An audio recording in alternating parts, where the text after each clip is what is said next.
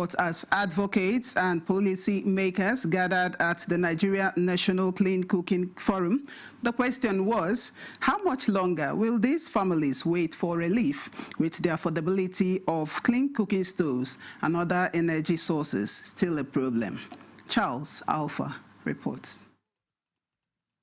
The Nigerian Energy Transition Plan estimates that over 175 million Nigerians lack access to clean cooking solutions, with consequences to gender, health, and the environment, with many women and girls predominantly victims in most local and vulnerable communities.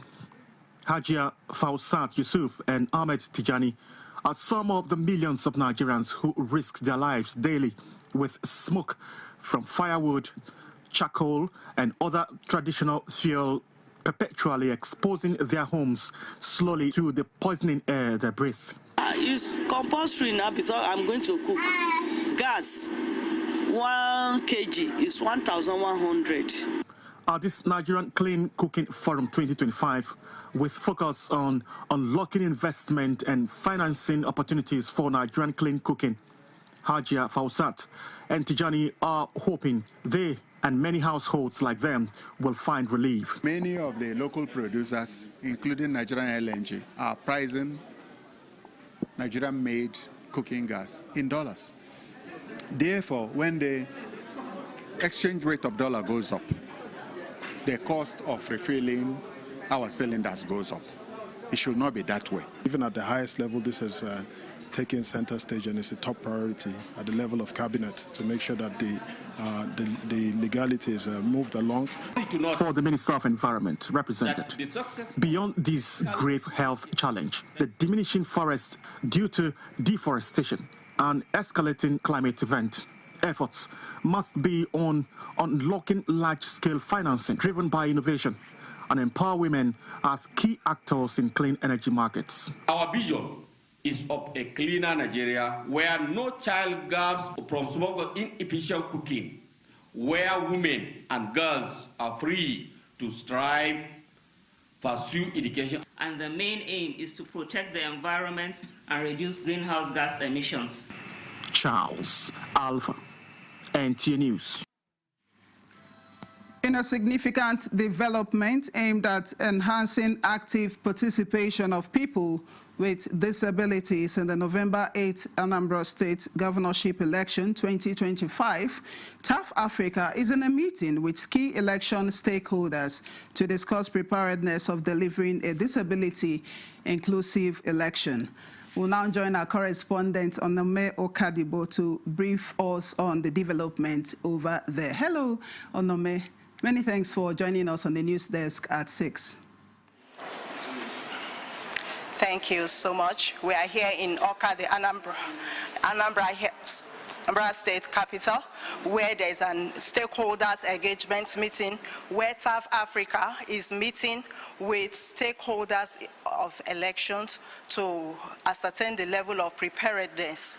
We have the security agencies, we also have the INEC officials and media stakeholders, and of course the disability community is ably represented here so that we ascertain the level of preparedness and to build confidence among voters, especially voters in the disability community. Okay, you're now talking about the focal points there. Then what views are the stakeholders sharing regarding disability inclusive? Okay, looking at the security agencies on the day of election, they have made preparations of how persons with disability will be able to have access and to election materials at the location. Then the INEC, according to the INEC Act of Section 54, where they will have assistive tools. I'm sure the INEC are also working towards that so that people living with disabilities will be able to have access to all these tools. What would you say has been the challenge for most persons with disability in that area in the past? Okay, in the past, they've always had the problem of accessing voting materials where people with physical disabilities have challenges accessing beavers. Then some that have visual impairment also have a problem with that. Then those that have hearing impairment, then for albinism, giving them the magnifying glasses to use during the elections. Okay, thank you so much, Onome, for that report. Thank you. Now, the Minister of Housing and Urban Development, Ahmed Musa Dangiwa, says government reforms translating into homes, jobs and prosperity for Nigerians. The minister was speaking at a business summit in Enugu with the team, Thriving in Times Like This. Chimaroke Ugu reports. The Amadio Business Summit with the team, Thriving in Times Like These, recognizes the challenging global, national and subnational economic realities and aims to equip businesses, policymakers and the youths with the mindset and tools to navigate challenges and capitalize on emerging opportunities to thrive. Any business that does not think out of the box or break the box is going to go under. So there must have to be a re-strategizing. We must have to work harder and smarter and innovatively to be able to survive. We are determined to thrive. This we do by modernizing our systems, strengthening partnerships, and driving innovation across our operations. The Minister of Housing and Urban Development said institutions can thrive in difficult times if they embrace discipline, innovation and collaboration to think and act differently. Business forum like this, we have to come and encourage the private sector and tell them that the government has the willpower and the president has the political will to ensure that we thrive and help the nation. Because if you talk of housing cannot be built by the federal government alone. Critical stakeholders at the summit opined that thriving in challenging times requires resilience, innovation, and strategic adaptation, all of which are part of the central focus of the summit. In Enugu, Chimaroke Ugu, NTA News. After days under excretion observation, a 52-year-old businessman has expelled a total of 127 wraps of cocaine concealed in his private part and stomach at the Malam Aminu Kano International Airport, Kano, as NDLEA uncovers different types of illicit substances concealed in different items going abroad. Sawa Khalid Ibrahim brings us details. The suspect is set to operate a boutique in Lagos and Onitsha in Anambra State. Following credible intelligence, he was taken into NDLEA custody upon his arrival from Thailand, as body scan confirmed he ingested illicit drugs, with some concealed in his private area. A total of 58 wraps of cocaine were immediately recovered from his pant, and later ingested 69 pellets of cocaine in 7 excretions, bringing the total to 127 wraps. Meanwhile, 3 consignment of illicit drugs heading to the United Kingdom were intercepted at a courier company in Lagos by NDLEA operatives.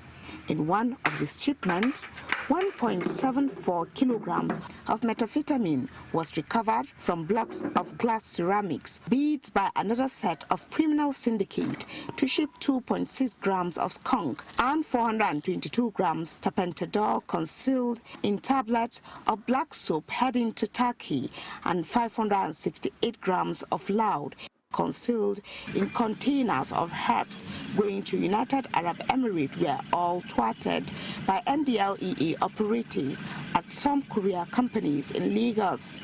Similarly, a total of 27,510 pills of Rofinol concealed in sachets of alcoholic drinks going to South Africa have been intercepted by NDLEA officers at the export shed of the Murtala Mohammed International Airport, Ikeja, Lagos.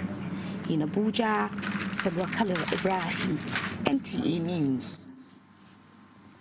The Nigeria Police Force has pledged to continue creating safer, more inclusive spaces where the voices, dreams and ambitions of Nigerian girls can thrive without fear or limitation. This commitment was made during the commemoration of the 2025 International Day of the Girl Child at the MPF Resource Center, Abuja, with the theme, Girls' Vision for the Future.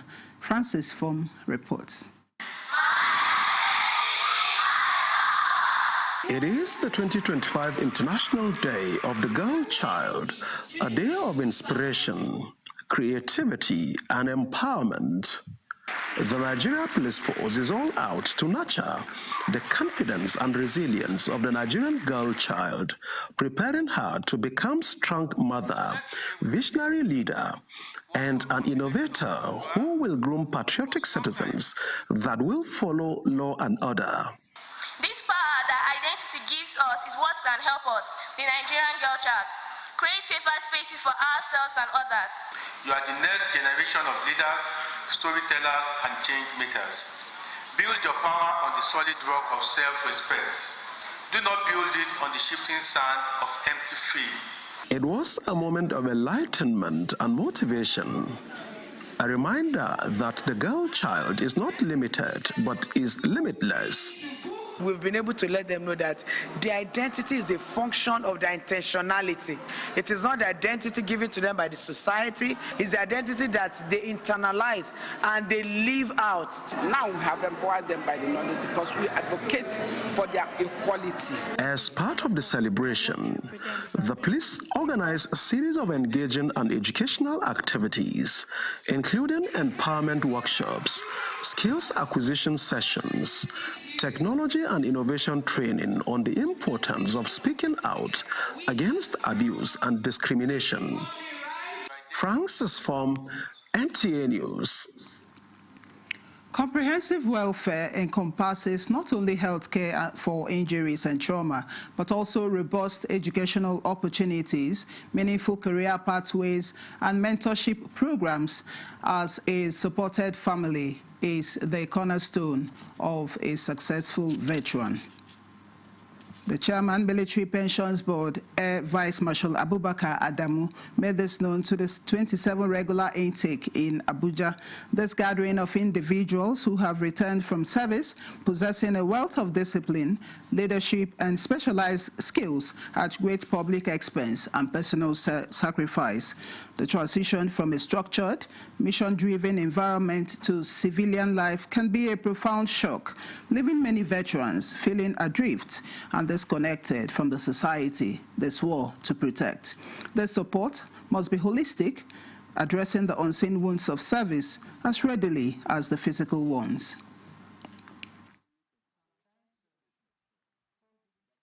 I love to work. When I come to work, I give it my all. I've told my staff, no pensioner will get this pension immediately.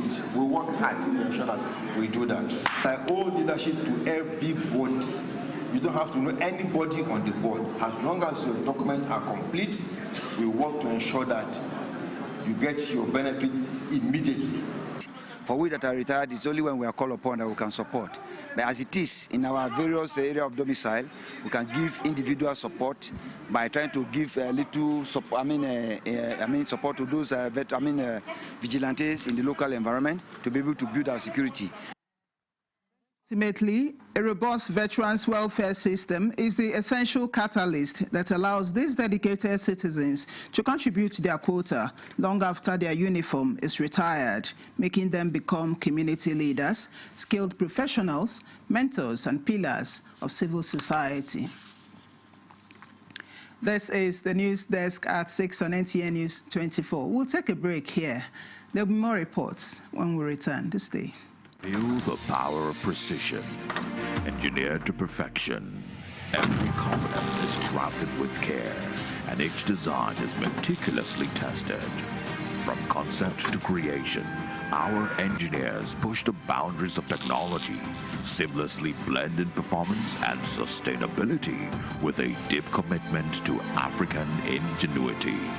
Introducing the CNG Boss, a remarkable achievement in engineering designed to operate on compressed natural gas, a cleaner and more sustainable fuel alternative.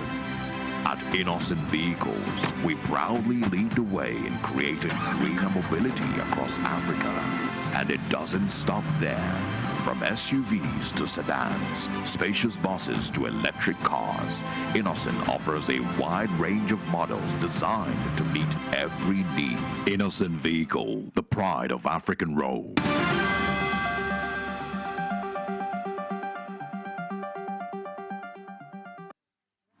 Many thanks for staying on. The founder, Foundation for Human Capacity Development and Innovation, Suleja, Rear Admiral Hamza Ibrahim, is advocating a shift in the educational curriculum from theory to a more practical terms to nurture creative instincts in young minds. Yemi Ajayi reports that this was at the close of Digital Boot Camp and Exhibition, DBEX 2025, with the theme, Join the Trend of the 21st Century and Beyond.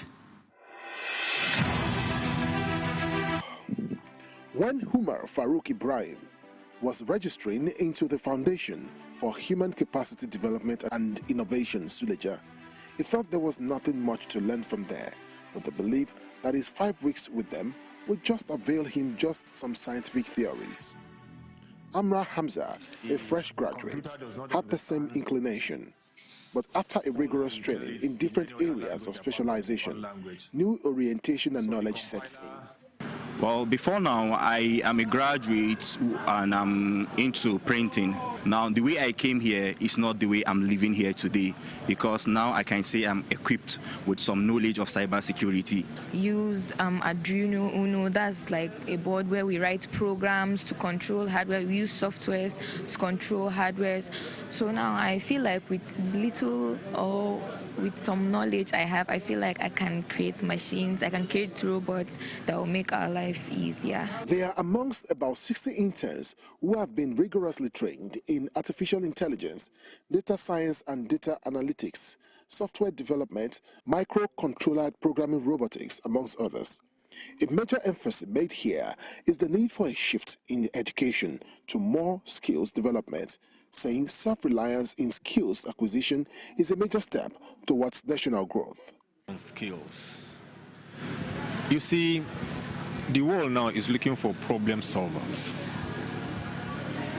A lot of people have degrees, but the degrees is about reading facts, cramming facts, and then giving facts to your lecturers, and they say you have first class. When you finish, you can't create, you can't do nothing. But if we have those that have the skill in harmony with those that have gone to school to understand the theories and the principle of these things, then they can work together. Without the skills to implement whatever research you have conducted, then there won't be a solution. If we want to move forward and we want to progress, we must collaborate. All stakeholders, all hands must be on deck to see that our youth have skills and they progress digitally. We have to de-emphasize paper education, and then we have to focus on what matters most. We have to focus on the real value, and the real value here is in terms of what you can do concretely on the ground. No doubt, the number of graduates churned out from universities are more than the jobs available, so focus now should be self-reliance through skill development. Hence, policy framework and private sector participation of skill development must be encouraged for skill development and national skill embrace by youth. Yemi Ajayi, NTA News. Turning 60 is a milestone worth celebrating, and for Dr. Ahmed Tijanu Aliyu, it was marked with unforgettable joy and admiration. Olusheye Adeabo reports that the celebration was a graceful fusion of love and tradition, uniting family, friends, and dignitaries in tribute to a man deeply respected for his integrity and service. Being in lights and redeeming suns sets the tone for an unforgettable evening in Abuja, not just to mark a birthday, but to celebrate a life of purpose, service, and impact.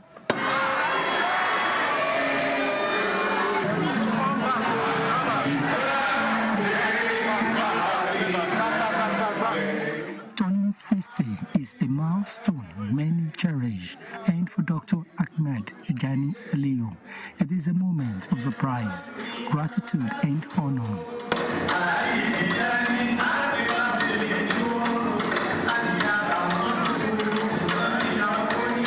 What he believed would be a quiet family dinner turned out to be a grand celebration, meticulously orchestrated by his wife, former Minister of State for the FCT, Dr. Ramatu Tijani Aliyu.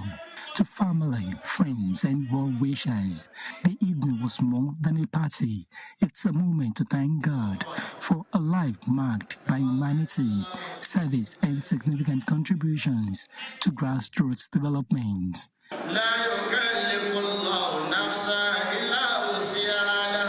That is a special birthday for the Sardauna Kakanda. We wish him a very happy birthday.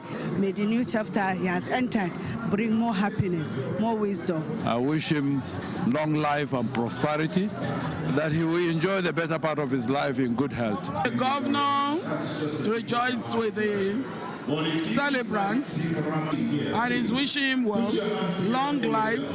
And I welcome him into the Diamond Age. I want to also especially congratulate my dear sister, Dr. Ramatu Tijani, for giving her beloved husband this special birthday treat. We are celebrating a man that has given his wife all the support that she needs to excel. And it's difficult for you to find such a man these days that will give his wife unlimited access to be what she was destined to be. The celebration reached a high point with the ceremonial cutting of the birthday cake.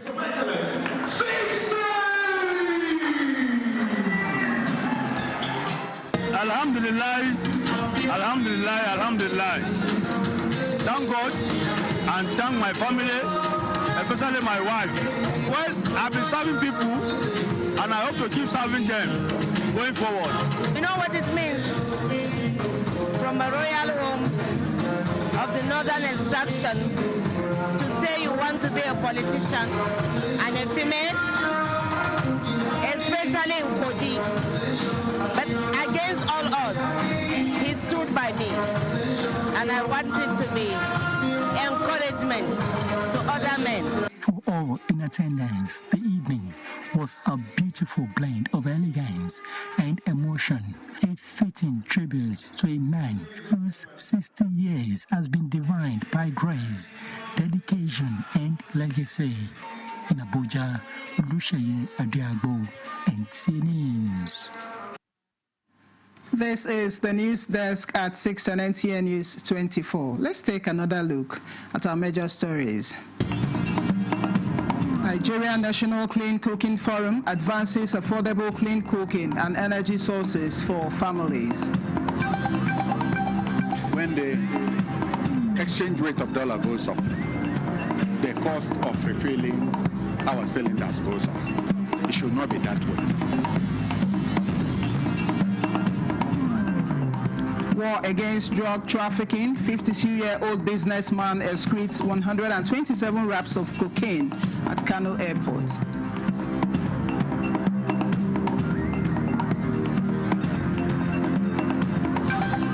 Military Pension Board keen on enhanced welfare for veterans.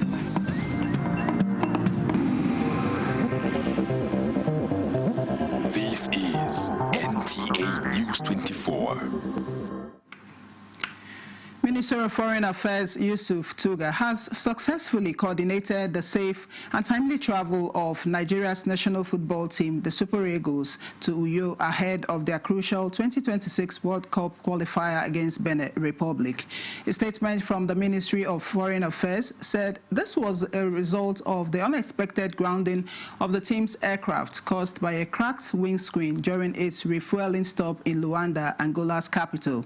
The statement stated that that through rigorous lobbying and coordinated diplomatic outreach, the Nigerian mission secured critical overflight and landing permits across 5 countries: Cameroon, Gabon, Equatorial Guinea, the Democratic Republic of Congo, and Angola.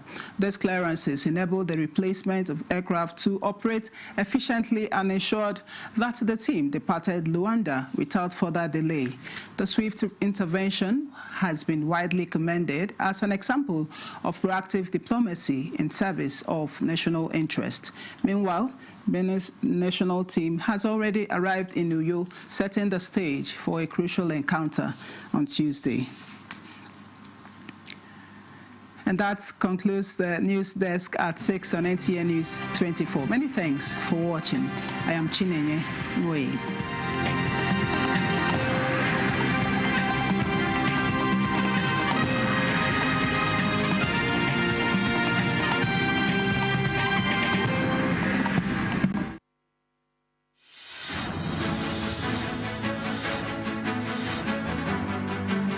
The morning news. The federal government is strategizing. Hello and welcome to the news at 10 on NTA News 24.